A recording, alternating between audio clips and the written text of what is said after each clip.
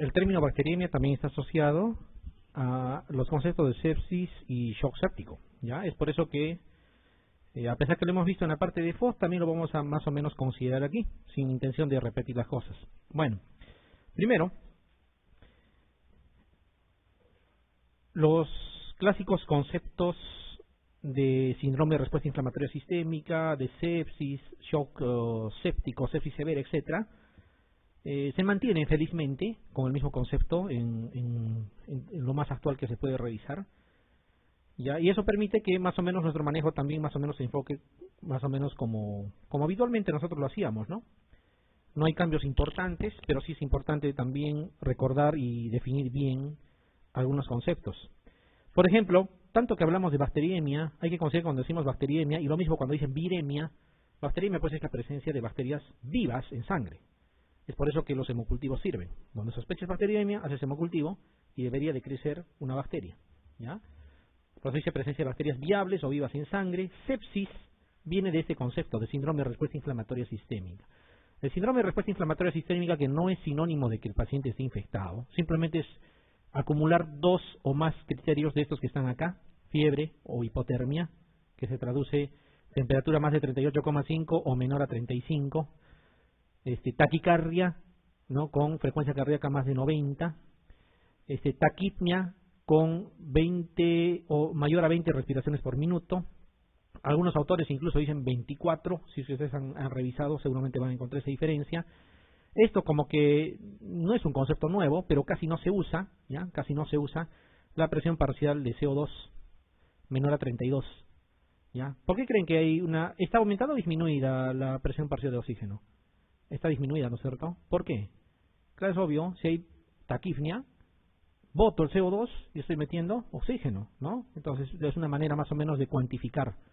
Porque, o sea, la frecuencia respiratoria, si tienen cómo, deberían de relacionarla también a esta situación. Van de la mano.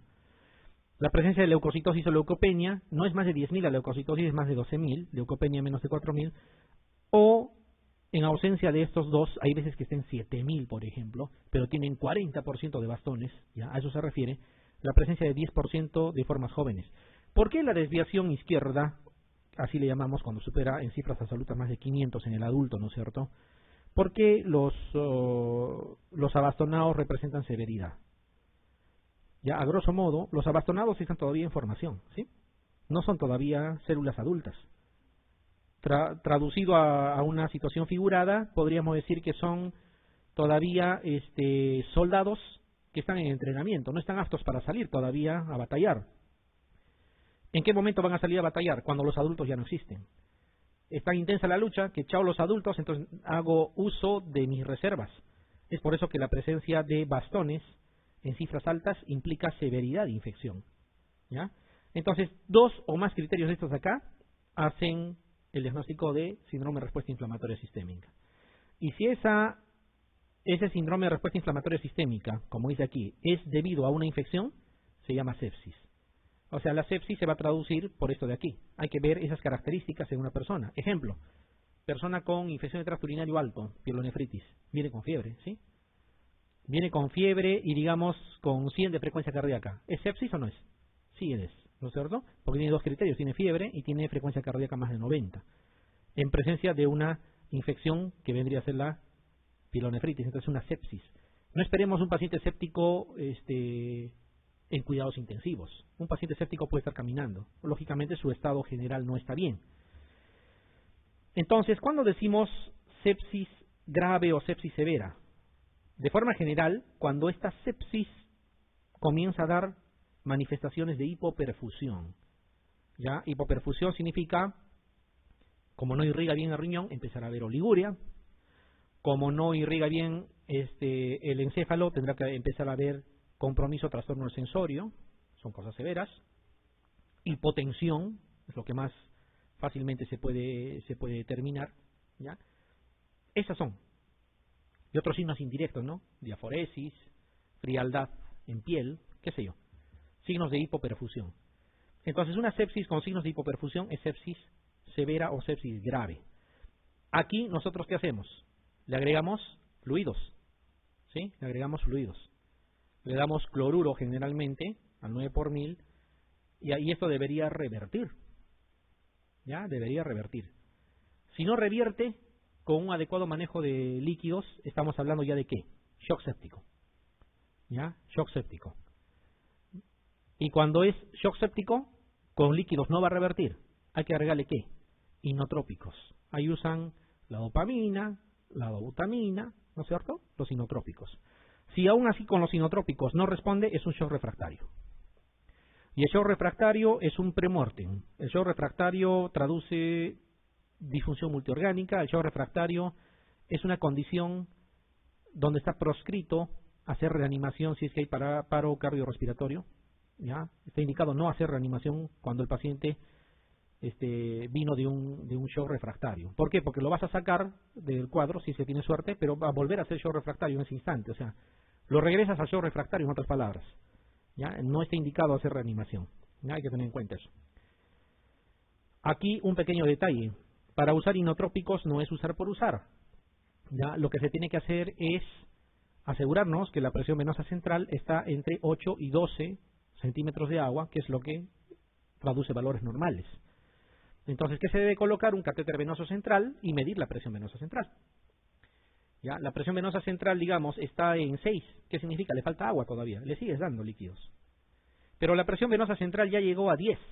Está entre 8 y 12. Ya está en 10. Y sigue hipotenso. Ahí le das los inotrópicos. O sea, nunca usar inotrópicos con PVC menor a 8. ¿Ya? Tiene que estar en valores normales. Muy bien. Bueno, esto es más o menos más de lo mismo. Aquí ya agregando algunas cosas que se podría monitorear. Por ejemplo, la presión arterial media, ya, o viendo la presión arterial sistólica, son variables que también hay que ver. Cuando la presión arterial sistólica es menos de 90 hay que considerar hipotensión. Porque a veces decimos, ¿ya qué le llamamos hipotensión?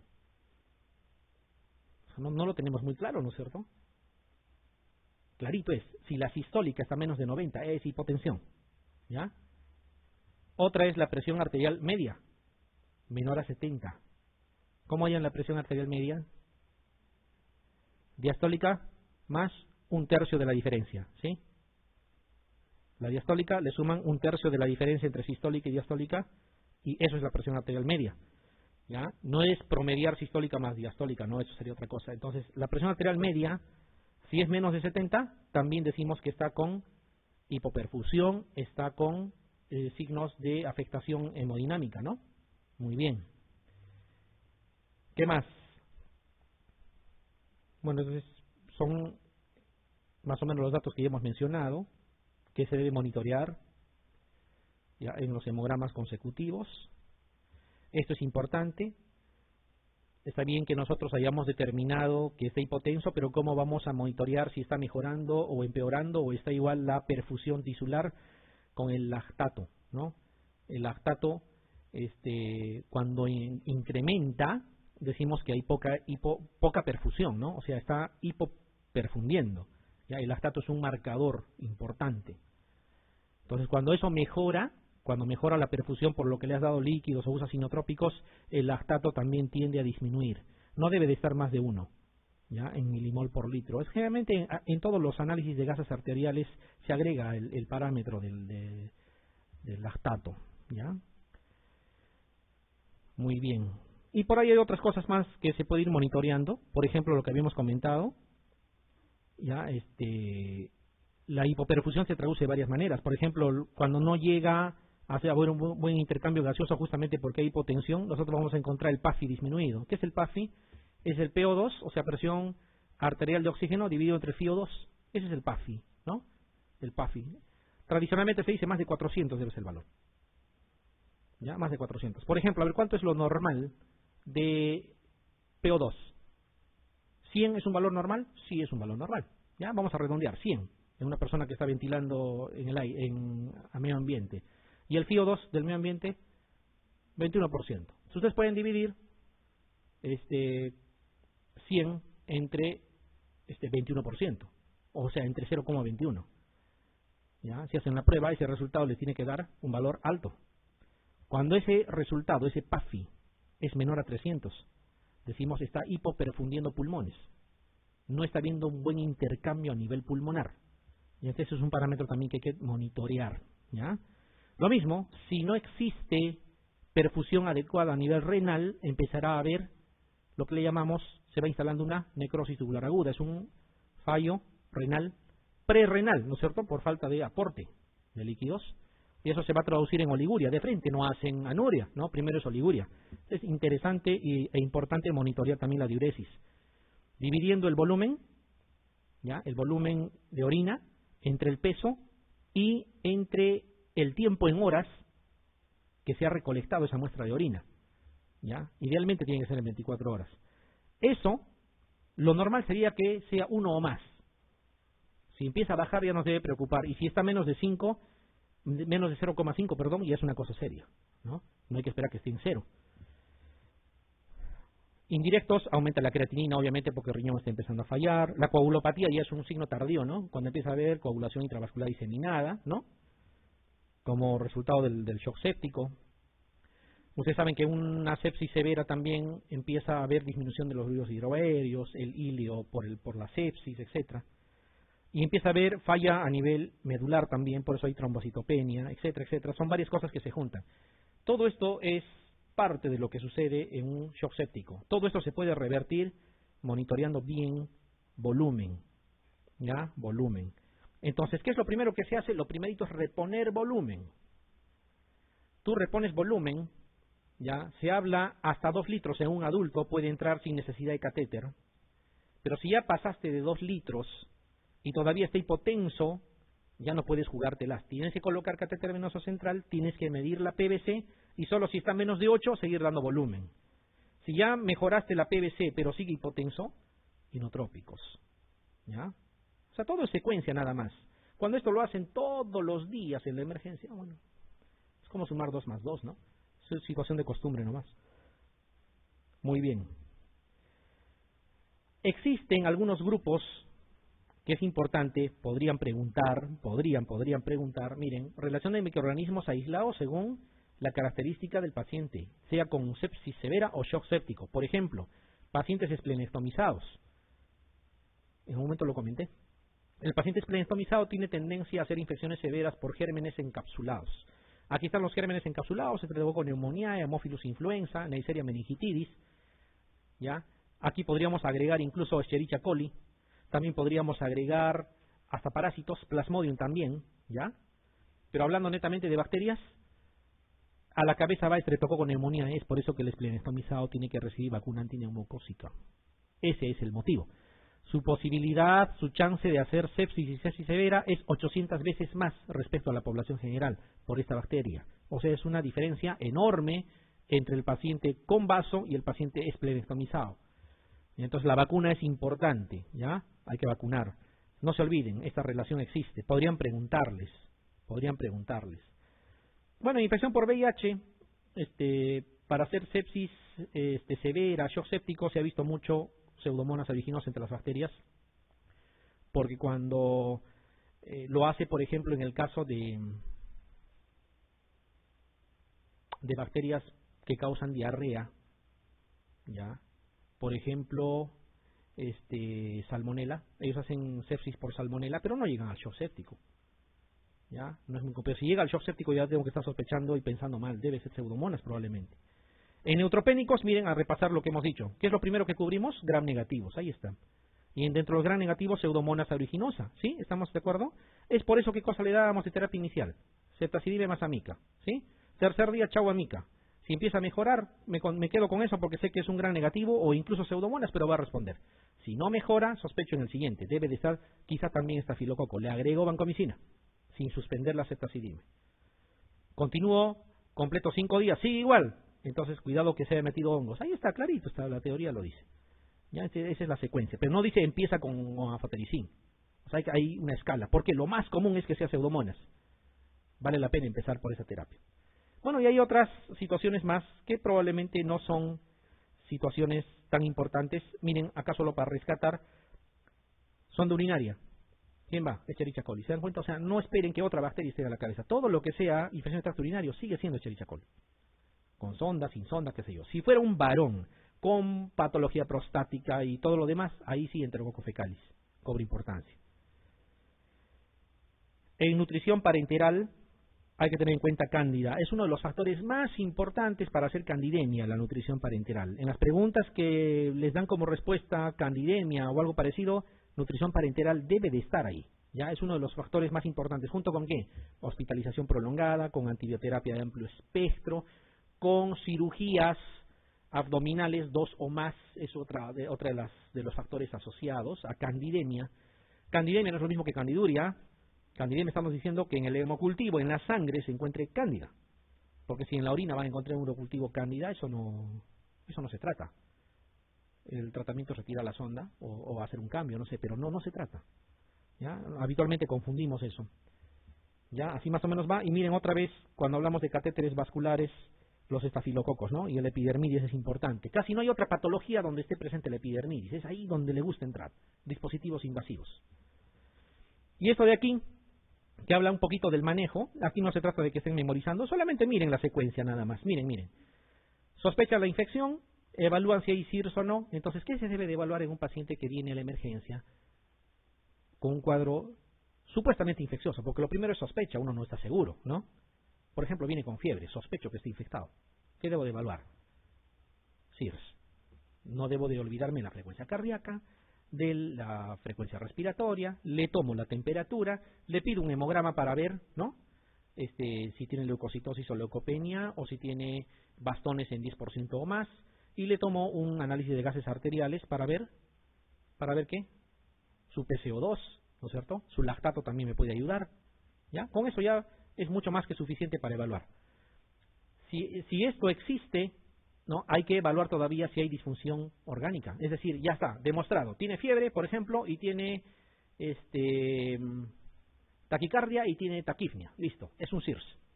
Y como sospecho de una infección es una sepsis. No me quedo ahí. No digo, tiene sepsis, toma tu tratamiento. Tengo que evaluar si hay disfunción orgánica. Evalúo sensorio, evalúo presión, ¿no? Lo que hemos visto, si existe o no. Si no existe, ¿qué cosa es? Es sepsis nomás, pues. Y ahí sí le doy tratamiento, recién ahí. Porque cuando ya descarte la posibilidad de algo más. Si existiera, es shock, es sepsis grave, ¿no? O sepsis severa, cuando existe disfunción. ¿Ya? Ahí, fluidos, amerita usar antibióticos y cultivar. Si durante el reto de fluidos no responde, mira, aquí está lo que les he comentado. Catéter venoso central, en este catéter venoso central, ¿para qué le pongo? Para medir la PVC. Si está menos de 8, ¿qué hemos dicho? Le tengo que seguir dando fluidos para subir hasta más de 8. Ahí está todo lo que hemos dicho. Le sigo dando, ahí está, fluidos. ¿Ya? Si ya superó 8, ya está en valores normales la PVC. ¿Qué le mido? La presión arterial media. Está bajo. ¿Qué cosa es entonces? Es un shock séptico. Persiste hipotenso a pesar de haberle normalizado la PVC. Ya ahí empiezo a usar inotrópicos y luego eso me irá llevando a la disfunción multiorgánica si es que no responde, ¿no? A lo que estamos utilizando. Así más o menos va. Entonces, ¿cuál es la piedra angular del manejo del paciente con sepsis y shock séptico desde el punto de vista infeccioso? No es antibióticos. ¿Qué es? Claro, se tiene que dar antibióticos. ¿Qué es? Volumen. ¿Ya? Volumen. Alguien piensa, como le he dado meropenem en banco, solucionado. No. Primerito hay que poner volumen. Eso siempre preguntan. ¿Qué es lo primero que se debe de hacer? Volumen. ¿Tienes que dar antibióticos? También, pero primero es volumen. ¿Ya? Porque saben que si esa hipotensión persiste va a llegar a cosas más serias. Entonces, cuando hablamos de bacteriemia, en general, miren, tiene que haber un acceso, obviamente. Como dice aquí, miren, la contaminación puede llegar a la circulación a nivel del punto de inserción del catéter. Colocan el catéter y de ahí puede partir la bacteria y meterse a la sangre. A eso se refiere. Y aquí otro que dice la contaminación puede entrar al sistema a nivel de la unión entre el catéter y el dispositivo de administración. O sea, miren, voy a explicar mejor. La misma aguja puede meter, hablando criollamente, la bacteria a la sangre. Porque ¿a dónde están colocando la aguja? A la sangre, ¿no es cierto? A una vena. Entonces puede introducir directamente la bacteria. Y otra es, a pesar de que has hecho bien esa colocación, porque quienes han estado en colocación de un acceso vascular central, o lo han realizado en algún momento, nadie va a decir que se coloque el acceso concluido el equipo de venoclisis. No, se coloca el catéter nada más. De repente has colocado bien, pero viene el segundo problema. Se puede contaminar la unión entre el catéter y el dispositivo este. Cuán importante es que esto también esté bien usado, bien manipulado, ¿ya? Esos son los dos lugares por donde puede entrar, ¿ya? Y obviamente ya sería más raro que haya contaminaciones a nivel de los mismos fluidos, etcétera, pero generalmente es acá, ¿ya? En la unión del dispositivo de venoclisis o en el momento de realizar la punción. Entonces, el que coloca y el que manipula este dispositivo tiene que tener mucho cuidado, ¿ya? Mucho cuidado. Lo demás son situaciones de detalles, no implica gran cosa. Bien, hay factores de riesgo para hacer bacteriemia asociada a este tipo de dispositivos. O sea, no generalmente todos lo van a hacer. Claro, el riesgo es para todos, pero hay un grupo donde se puede presentar más frecuente. Esto tradúzcanlo como neutropenia. Los que tienen neutropenia ya saben que tienen más chance. Y todo lo que sea inmunosupresión, por ejemplo, miren, quimioterapia inmunosupresora, personas que tienen cáncer y están en quimioterapia y necesitan un catéter venoso central, cuidadito, ellos probablemente van a hacer bacteriemia, hay que vigilar, ¿ya? Cuando la enfermedad de base muestra signos de severidad, ¿no? Cuando existen lesiones a nivel de piel importantes, por ejemplo, gran quemado. Ya, el gran quemado, la piel es una puerta de entrada. Aún teniendo el catéter bien colocado y con todos los cuidados por la piel puede entrar y puede pasar a sangre haciendo una bacteriemia, ¿no? Y así hay varias cosas. Miren lo que mencionan. Si lo diría sin mostrarles, pareciera que es palabreo puro, pero dicen olvido de lavarse las manos por parte del profesional sanitario. Lavado de manos, ¿ya? Lavado de manos. Siempre les van a hacer recordar eso, lavado de manos y lavado de manos, ¿ya? El lavado de manos es importante. La alteración de la microflora cutánea del paciente, ¿ya? O sea, generalmente esto es asociado al uso de antibióticos previos, ¿ya? Y así, hay otras situaciones ya. Una de las cosas que no se debe hacer es estar colocando cremas o pomadas desinfectantes en la zona de inserción. Eso no ha demostrado eficacia, por el contrario, puede servir de caldo de cultivo para que más bien ingresen patógenos. No se usa ese tipo de situaciones, ¿ya?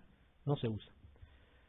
Tiene otras cosas ya que ver que ya no es tan importante, como el tipo de catéter, el tamaño del catéter, eso ya es una situación muy específica, pero aquí está lo importante. Enfermedad de base grave, mala técnica de colocación, contaminación con el equipo de venoclisis, ¿ya?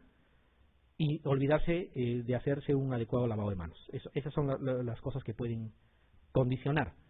Entonces, ¿cuál es la etiología de este tipo de infecciones? Siempre decimos estafilococo coagulasa negativo, está bien, es el que encabeza los coagulasa negativos, y a la cabeza epidermidis, de lejos. Pero todos estos pueden estar, miren. Pueden estar desde pseudomonas, pueden estar enterococos, también se puede meter cándida, ¿ya? Que no es bacteria, otros tipos de cándida también, bacterias de todo tipo, ¿ya? Bacterias de todo tipo, pero a la cabeza, de lejos, los estafilococos coagulasa negativos, y dentro de ellos el estafilococcus epidermidis, el más frecuente. Todo lo que sea dispositivo invasivo, tenemos que pensar en ese tipo de posibilidad. Bien. Dice, factores que diferencian la bacteriemia asociada a dispositivos de otros síndromes sépticos. O sea, a lo que quiero llegar en palabras sencillas es, paciente que se me pone grave, tiene catéter venoso central. ¿Tengo que asumir que es eso? ¿O de repente puede ser otra cosa también? ¿Sí? ¿Cómo saber? Si esto lo tomamos en cuenta, vamos a evitar el por si acaso. Por si acaso dale, por si acaso sácale. No, hay que inclinarnos a una posibilidad. Miren, si tú ves flebitis o inflamación, o ambas, ya en el lugar de colocación, es más probable que sí sea asociado al catéter, ¿o no? Ya es un signo que es llamativo. Entonces, cuando tú sospechas mínimamente, revisa la zona de inserción. Si tú ves peor, si ves hay material purulento, ya pues no quepa la menor duda. ¿Ya? Entonces tampoco es que su ausencia lo descarte, pero si tú ves, lo más probable es que sí sea eso. Obviamente después de evaluar tendrás que ver que no hay otro posible foco. Esto es importante, ¿ya? En pacientes que reciben nutrición parenteral total, ¿ya? Es muy probable no solo que sea bacteria, sino que incluso esté cándida. Vuelvo a repetirles, no se olviden, nutrición parenteral total, cándida, está provocando candidemia. ¿Qué más? Esto es importante. Cuando hacen cultivo de punta de catéter, Si es que no piden el cultivo semicuantitativo, mejor no lo pidan. Generalmente piden cultivo de punta de catéter. Y el cultivo de punta de catéter te lo cultivan y te sale positivo o negativo, nada más. Eso no es lo que queremos, tienen que cuantificar, ¿ya? Por eso habla, suficiente que haya 15 colonias o más. Si hay menos, pónganse que hay 8 colonias, no lo asuman como posibilidad. Y un parámetro es de que este cultivo de punta de catéter tiene que estar asociado a un hemocultivo positivo, necesariamente. Solito el cultivo de punta de catéter no es diagnóstico, ¿ya? Con el hemocultivo más tiene que estar, ¿ya? Con el hemocultivo. Por lo menos un hemocultivo. Acuérdense que tienen que tomar idealmente 3. ¿Ya? Bueno, acá hay otras cosas que no traducen tanta importancia, pero eso era importante, ¿ya? Para que diferencien. Una flebitis es más que importante. Y lo mismo cuando hablamos de nutrición parenteral total, hay que tener en cuenta que este es un factor de riesgo importante. Bueno, acá les hablan de cómo guardar la preparación, cómo prepararla. No quiero eso que lo asuman como una situación, digamos, trascendental, pero sí que este procedimiento, y para eso hemos colocado, te condiciona riesgo, uno, de bacteriemia por, como un dispositivo invasivo, bacteriemia por Staphylococcus epidermidis o cualquier otra bacteria que de las posibles, pero entra a tallar la posibilidad de candidemia. Nutrición parenteral total, ¿ya? Paciente que hace fiebre, que empeora, posibilidad, candidemia, ¿ya? Candidemia. Esto es una imagen que nos traduce bacterias vivas nadando en la sangre, bacteriemia, ¿ya? Los hemocultivos, ¿cómo deben de ser? Lo que hemos dicho. 3 cultivos, ¿ya? Algunos dicen hasta 5, cuando sospechas endocarditis. Pero 3 está bien. El problema es cuando dicen, no había tiempo y le hemos tomado 1.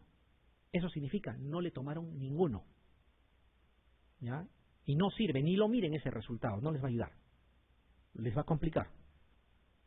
3 hemocultivos, 10 a 30 mililitros, ya es la cantidad que se debe de tomar.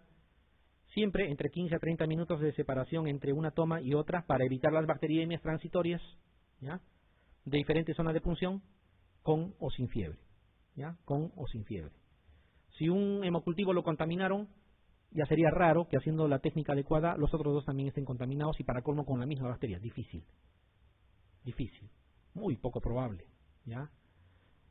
Entonces, si hacen lo correcto, podría haber 2 hemocultivos positivos, por decir, para estafilococo y un hemocultivo positivo para pseudomonas. ¿Qué asumen? Estafilococo. ¿Sí? Si 2 negativos y 1 positivo, puedo asumir el positivo. Siempre pensando y relacionando con clínica, ¿no? Sobre todo si es una bacteria que yo espero que esté. Por eso siempre hay que sospechar que puede estar. Ya no a ciegas hacerle caso al resultado. Entonces, ahí está. Esto se manda a cultivar. Los métodos actuales automatizados captan la formación de CO2 en el vial, ¿ya? Y de acuerdo a ello más o menos se hace la sospecha de qué tipo de bacteria es en cuanto al tiempo y etcétera. Y luego eso se procede al cultivo, vamos a decir, semimanual, ¿no? Para ver las concentraciones inhibitorias mínimas, etcétera. Entonces es importante que esto sea tomado de la manera correcta. Ahí está el riesgo para candidemia. Son varias cosas que te pueden dar riesgo para candidemia. Colonización por cándida, obvio. Entonces, ¿en quién puedo pensar candidemia? En una persona que en su examen de orina ha salido urocultivo cándida. Y a la vez le he visto que tiene en cavidad oral cándida. Si es mujer, está haciendo candidiasis vaginal, por ejemplo. Ya, o sea, ya son varias cosas en una sola persona. Hace fiebre y en el hemocultivo sale cándida. Pues no tenía el catéter venoso central, pero estaba colonizada por cándida y está haciendo fiebre y está con antibióticos y no responde y ha salido cándida. Es posible, ¿ya? Es posible. El uso de antibióticos de amplio espectro es importante. Si están usando antibióticos de amplio espectro y hay clínica, vuelvo a repetirles, lo más probable es que no sea bacteria, de repente es más bien cándida. Y otro, que el mismo uso de los antibióticos hace que barras la flora bacteriana y como el antibiótico no tiene efecto sobre el agente micótico, la cándida empieza a poblar, ¿ya? Y coloniza. No sé si han visto, sobre todo en niños con uso de antibióticos de amplio espectro, hacen candidiasis oral, facilito, ¿ya? Más o menos va por ahí. La estancia prolongada en unidad de cuidados intensivos, y estancia prolongada se considera suficiente más de 3 días. Los dispositivos invasivos, ventilación mecánica, etcétera, hay varias posibilidades. La cirugía abdominal, como les dije, y si son 2 o más, con mayor razón todavía. Ya todo lo que sea invasión, hemodiálisis, por ejemplo, transfusiones, ¿ya? Esto es importante. Nutrición parenteral total. Y si hay una enfermedad de base que condiciona cándida, es diabetes. La diabetes condiciona colonización y después infección y bacteriemia incluso por cándida, ¿ya? La diabetes. Lógicamente los otros estados de inmunosupresión también, pero la diabetes más. No se olviden de la nutrición parenteral total. A ver, vamos a ver. Vamos analizando algunas cosas. Acá dice, en la interpretación de los resultados de los hemocultivos practicados en un paciente con fiebre. Ajá, le hicieron a un paciente con fiebre hemocultivos. Se supone que lo han hecho bien. ¿Cuál de los siguientes datos nos haría pensar que estamos ante un caso de bacteria infectante y no de simplemente contaminación? Ahí vamos a ver. A dice aislamiento de bacterias que normalmente colonizan la piel. O sea, si yo aíslo, digamos, estafilococo epidermidis que coloniza la piel, ¿eso me descarta que sea bacteriemia? No. No, ¿no es cierto? El otro, aislamiento de cocos gram positivos. Casi es lo mismo. ¿Ya? Casi es lo mismo. Aislamiento de bacterias difteroides. Aislamiento del mismo microorganismo en hemocultivos. Con la misma sensibilidad. Significa, en este frasco aislé Pseudomonas aeruginosa, resistente a meropenem y sensible a imipenem, por ejemplo. En este otro frasco, también Pseudomonas aeruginosa con el mismo patrón de resistencia del anterior. Y en este otro, otra vez Pseudomonas aeruginosa y con el mismo patrón de resistencia de los dos anteriores. Se supone que he tomado diferentes zonas de punción, con 30 minutos de diferencia, y ha crecido lo mismo. ¿Pensaré que es contaminación? O diré más bien, este es la bacteria infectante. ¿Sí, no es cierto? A eso se refiere. Acá dice aislamiento del mismo microorganismo en hemocultivos con la misma sensibilidad, ¿ya? Y esa es la respuesta. ¿Ya? En ese caso yo voy a decir, esto es infectante y no creo que sea contaminación. A ver esta, miren, ya que esto tiene que ver mucho con normas, y les adelanto, para algunas cosas no necesitan leer normas, ¿ya? Simplemente los conceptos. ¿Por qué? A ver, porque las normas se hacen en base a lo real. ¿Estamos de acuerdo? Por ejemplo, si yo le dijera, según la última norma salida la semana pasada de manejo de tétanos, no he leído. No, pero tranquilo, yo me imagino, la norma lo han realizado en función al manejo correcto del tétanos. Debe de coincidir con los conceptos que yo tengo de cómo se maneja el tétanos. Igualito es aquí. Dice de las siguientes normas que los médicos deben cumplir para contribuir al control de las infecciones intrahospitalarias. Una de las siguientes es falsa, dice. Vamos a ver. Dice retirar los aparatos invasivos con prontitud cuando dejen de ser clínicamente necesarios. ¿Qué opinan? Le retiro la sonda urinaria, le retiro el tubo endotraqueal porque ya no lo necesita. No lo dejo más porque es una puerta de ingreso. Entonces, en cualquier norma, esta aseveración sería real. ¿Ya? La siguiente, dice limitar la profilaxis antimicrobiana quirúrgica al periodo perioperatorio. O sea, no dar después, no dar una semana completa, nada, sino ahí. Tampoco dar después de la operación. ¿Correcto? Correcto. La siguiente, dictar rápidamente las precauciones de aislamiento adecuadas. Puede ser cualquiera de las formas de aislamiento en los pacientes infectados. Por supuesto que sí. Yo detecto que estoy infectado y de acuerdo al tipo de infección y la posibilidad de transmisión, dicto o aislamiento de contacto, ¿no? O los otros tipos de aislamiento. ¿Ya? A eso se refiere. Miren, me queda 2. La D dice ampliar el espectro de tratamiento antibiótico una vez aislado el germen patógeno. ¿Qué significa eso? O sea, yo aíslo E. coli y más bien amplío la cobertura. O sea, digo, ya está recibiendo, no sé, ceftriaxona, aislé E. coli, agrégale vancomicina, anfotericin. ¿Sería lógico? No, no sería lógico. Más bien cuando uno aísla el germen patógeno, uno desescala, se llama eso. Aislé Pseudomonas, suspéndele la vancomicina, no tiene sentido porque el responsable es Pseudomonas. Déjale el meropenem, también suspéndele el anciclovir y suspéndele el anfotericin. Quédate con el meropenem, porque eso sí te está cubriendo Pseudomonas. Y todavía si dice Pseudomonas resistente a ceftazidime, quítale el meropenem y cámbiale por ceftazidime. Desescalamos. ¿Ya? Desescalamos. Realmente los que no tienen el concepto de resistencia te dicen, pero en esta semana que ha recibido se habrá vuelto resistente. O sea, usamos términos que no se ajustan a lo que debería de ser. Entonces, ampliar el espectro sería todo lo contrario. Le aislé la E. coli y agrégale vancomicina, ganciclovir, anfotericin. Eso sería ampliar el espectro. No tiene sentido. Esto es falso, ¿no es cierto? La alternativa D no tiene sentido. Porque el otro que dice, alertar al personal de enfermería sobre las situaciones que favorecen la infección. Claro que sí, hay que decirles qué cosas tienen y qué cosas no que hacer.